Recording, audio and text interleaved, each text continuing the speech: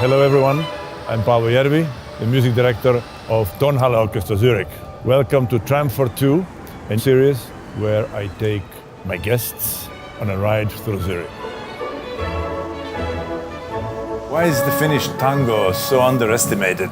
We will find out today from my guest. Let's welcome Olli Mustonen. Thank you very much.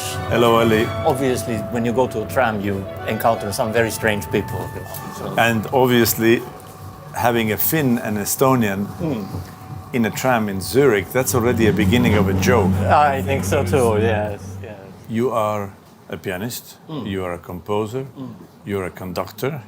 How do you divide these three professions? I guess they are just different aspects of musicianship. I love to quote Hindemith, who of course we know mostly as a great composer, but he was of course originally he played the viola, and he was a very good conductor. I don't know if you have seen I have seen videos, and he's really very good conductor. Absolutely, and I think Hindemith said that he's a musician who conducts, a musician who composes, a musician who plays the viola, and I like that word very much. That's very good. Yeah. If you conduct other people's music, does it influence your own composition? First of all, I never understood the idea that if you are a contemporary composer, you could only be influenced by music that was written within the last 20 years or so. I mean, that's kind of would be ridiculous. In my case, I had the great privilege of living with the greatest music all the time as a conductor and as a pianist. And I always thought somehow the great composers from the past, they are all like great teachers. Definitely, I think Prokofiev, for example, has been a great influence to me, and as I said, like a great teacher. And I mean, I think the same goes for somebody like Bach or Ravel. In a way, a composer, either he is personal or he's not. I mean, if you don't have personality or personal handwriting, you cannot kind of pretend to have.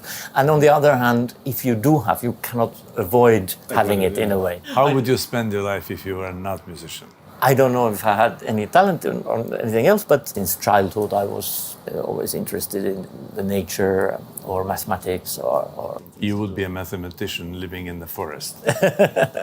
Maybe. Alone. Yeah. Just doing your things.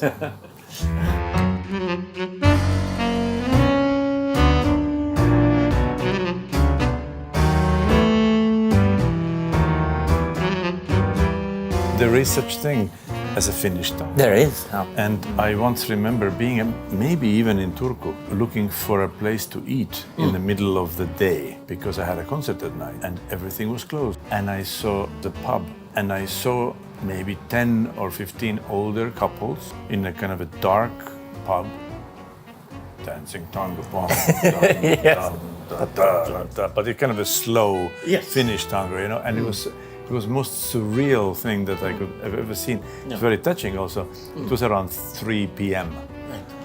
Dark Finnish small town. Somehow I understood, or maybe thought, okay, that's why Kaurismäki's films are how they are. There's something very touching about that, a certain seriousness and emotionality. Do you think that it is something that just comes from Finland, or is it brought from Argentina and then? It was brought from Argentina, but then there's like a Finnish version of it, and it became a great tradition. There are tango festivals. Pop music, a lot of your kind of folk music, and pop music is there's tangos and accordions and stuff. Absolutely. About 30 years ago, we met for the first time in Bremen, and we played a concert, I remember, with Thomas Zetmaier and Steven Iserny. And I remember we went to a restaurant with you, and you very specifically ordered beef and tomatoes. Right. That was the only thing that you ate. You said beef and tomatoes.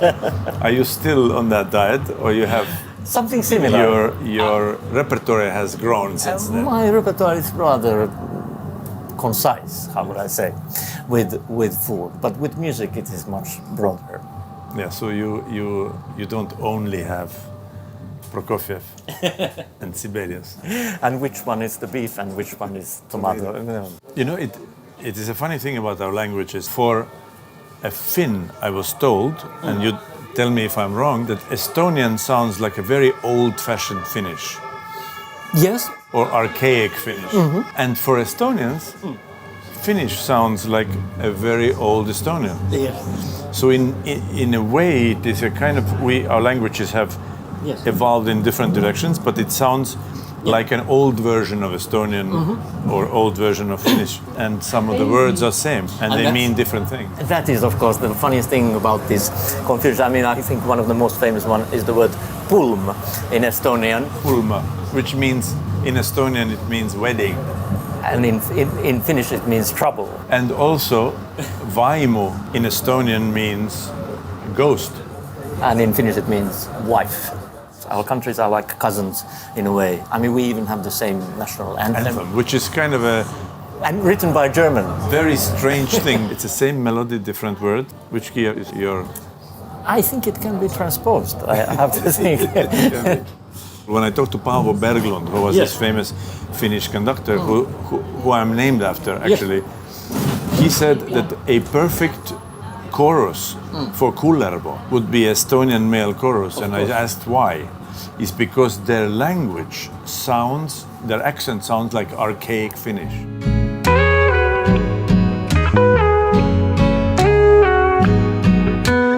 We come pretty much from a similar geographic location, and the perception from the rest of the world in Europe is that somehow it is the dark place and people are kind of introverted. Do you think it's true? I think there's an element of truth, but it's certainly not the whole truth. And then I think it's maybe those sort of perceptions lead to big misunderstandings, for example, about Sibelius and the idea that his music is always somehow dark and gloomy. And maybe the sun is not shining, but it's very beautiful. Yeah. Well, I think there is a misunderstanding of the whole Nordic beauty, because one immediately associates something good and positive with sunshine and Mediterranean and beach and the incredible beauty of the Nordic landscape. Absolutely. Is something that one needs to witness and experience to understand that variety. And actually, when you go a little bit more north, it's interesting, even where I live like 1 hour's drive north of Helsinki. Where I live, it's a little bit up some kind of hills and it's north. So it's -2 and there's snow. And it's white and it's beautiful. Yes, yeah. And it's not dark actually. When you go out and your eyes get accustomed, of course there can be northern lights. And then of course in summertime, I mean, there's no night.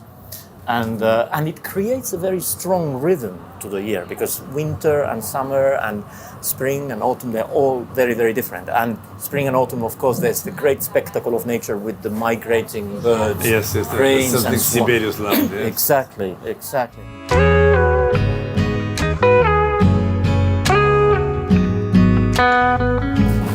Thank you, Olli. It has been a big pleasure to talk to you. I know it has been for you, but it has also been for me. If you want to know about our next guest, please subscribe and follow us.